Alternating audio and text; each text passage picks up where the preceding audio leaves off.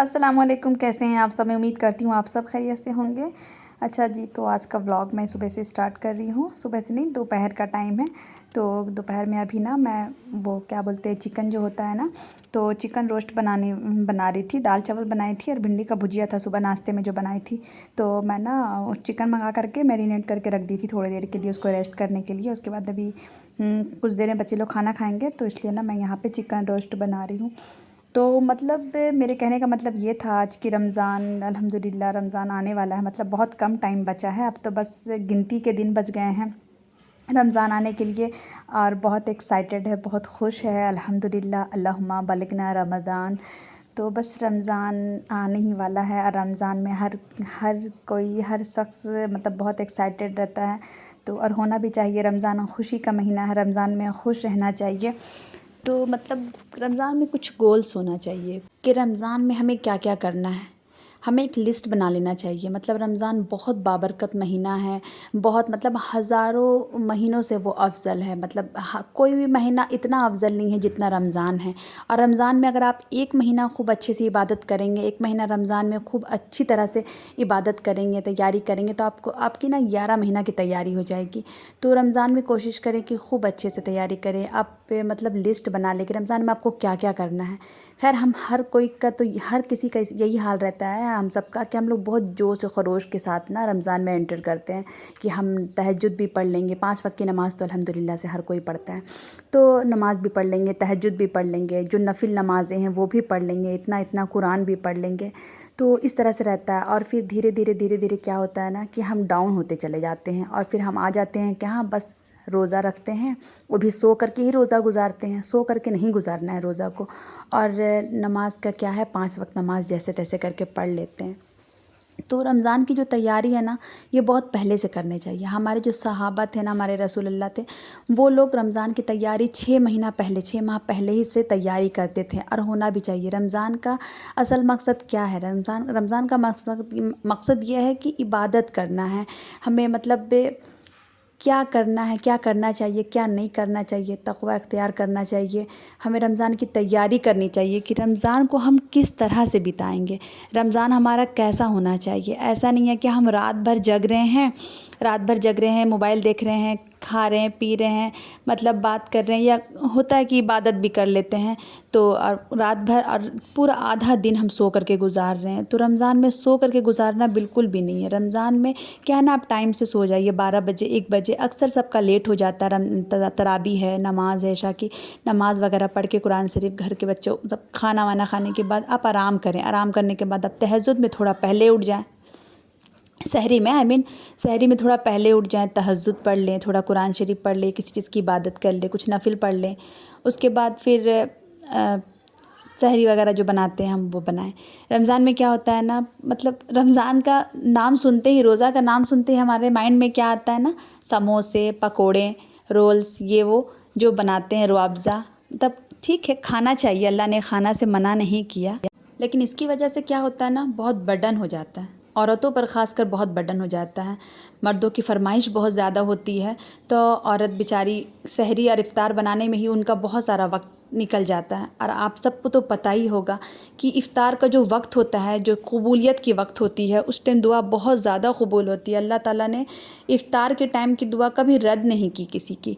तो अगर हम किचन में ही टाइम स्पेंड कर लेंगे, मतलब इफ़्तार बनाने में ही, तो फिर हम मतलब दुआ कब करेंगे। इसलिए कोशिश करेंगे कि ज़्यादा खाने में अपने टाइम को ना लगाएं। जल्दी जल्दी इफ़्तार बना लें और आधा घंटा 15 मिनट, कम से कम 15 मिनट पहले भी ना आप आके दस्तरख़्वान पे बैठ जाएं और अल्लाह से खूब मांगें, खूब दुआ करें।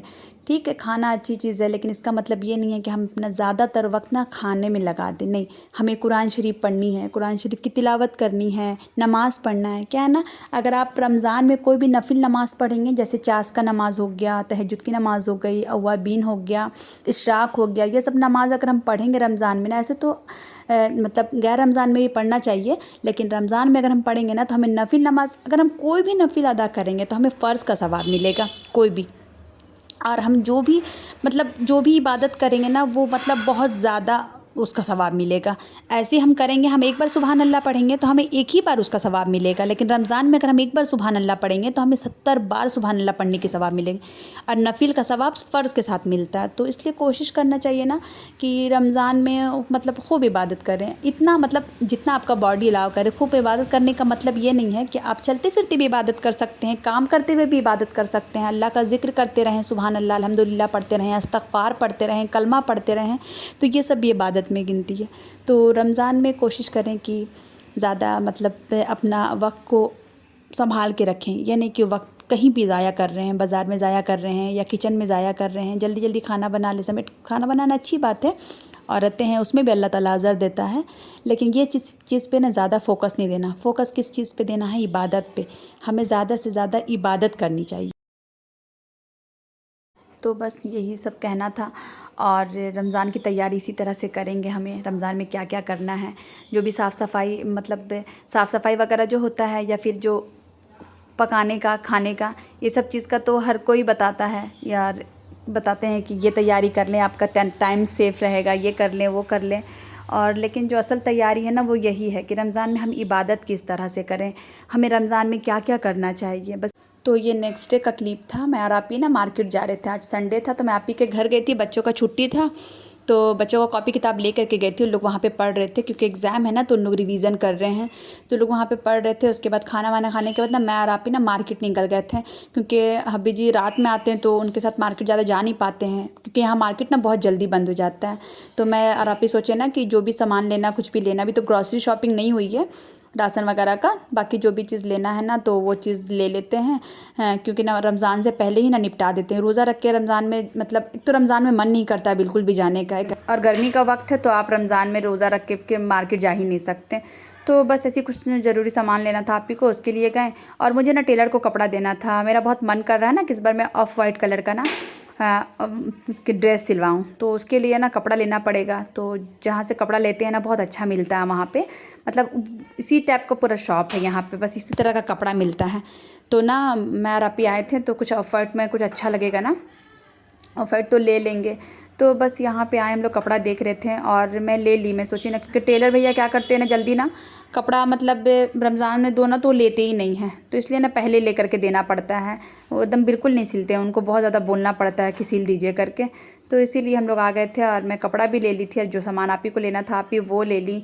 और बस लेने के बाद शाम हो गई थी काफ़ी, फिर मैं गई आप ही के घर। उसके बाद फिर मैं वापस घर आई, क्योंकि बच्चे लोग का नेक्स्ट डे एग्ज़ाम था, तो बच्चे लोग को जल्दी सोना था, तैयारी करना था, तो इसीलिए तो मार्केट वगैरह से हम लोग फारिग हो गए। तो अच्छा जी, ये था मेरा आज का व्लॉग। आई होप आप सबको अच्छा लगा हो। अगर अच्छा लगा हो तो लाइक शेयर कमेंट कर दीजिएगा। मेरे चैनल पे नए हैं तो सब्सक्राइब कर दीजिएगा। अपना और अपनों का ख्याल रखिएगा। अल्लाह हाफिज़।